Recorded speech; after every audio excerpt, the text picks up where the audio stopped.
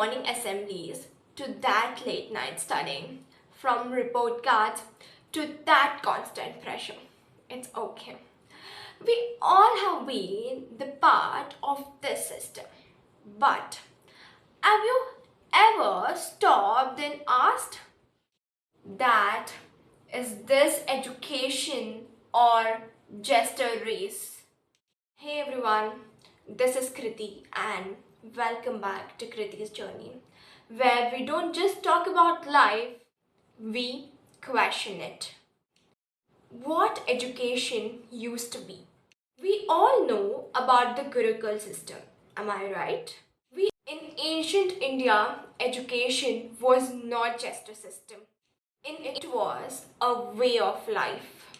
Students lived with Guru not just to study but to learn the life.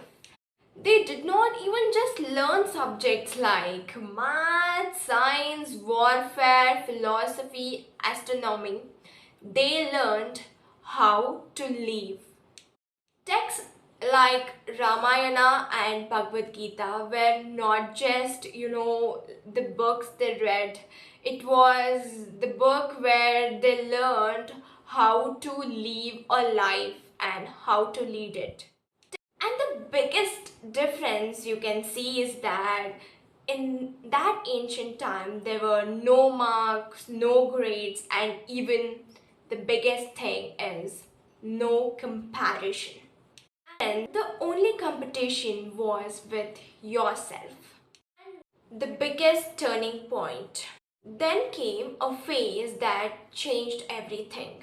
The British education and their influence. During the British rule, education was no longer about the growth. It became about control. That one man played a major role.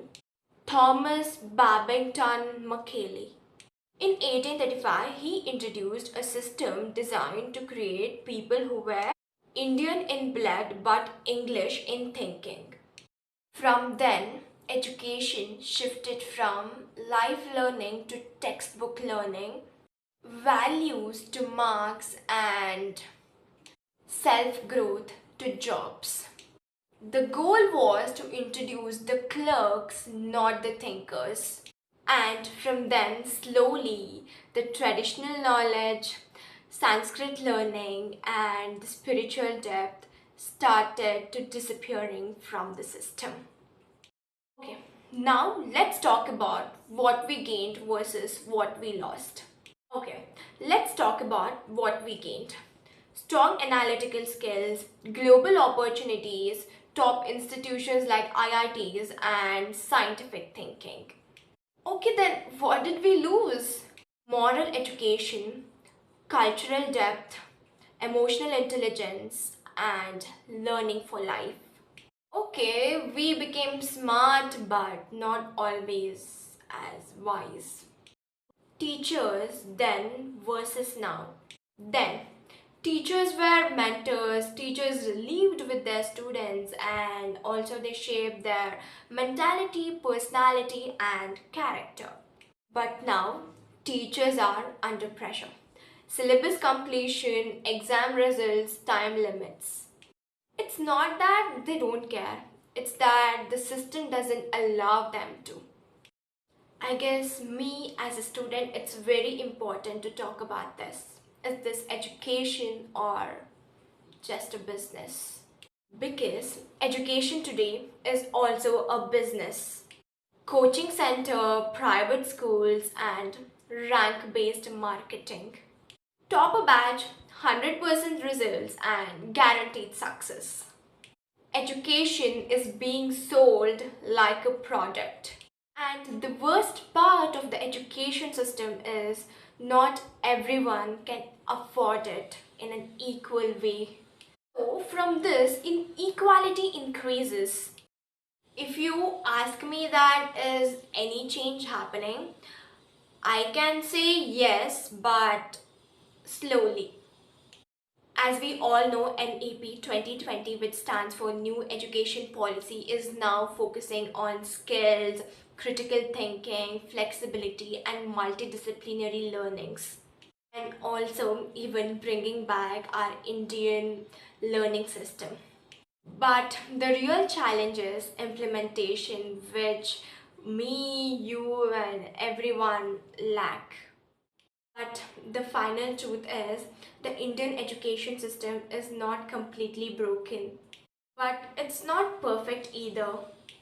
It's a mix of ancient wisdom, colonial mindset, and the modern pressure. And right now, students, we are stuck in between. After independence, what changed? We all know that in 1947, India became independent. But what about the education system? It didn't fully change. We kept the structure, but we tried to improve it. NCRT was formed, education became more accessible, and they mainly focused on maths, science, and English grammar. And yes, there was a reason. India is a secular country, so schools couldn't focus on only one religious text. Subjects like science and maths were seen as a universal tool for success. But you know what? Honestly, they helped to grow.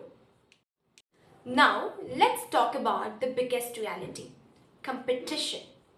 Earlier, you used to compete with yourself, but now you are competing with those millions of people with the exams like NEET, JEE, and with that, the board exams. We are not just fighting for marks, we are fighting for survival. And slowly, comparison increases, pressure increases, and self worth decreases. Okay, now let's talk the real problem. The problem is not the education. The problem is how we define the word success. They say marks is equal to intelligence and the ranks is equal to worth. And that's where everything goes wrong.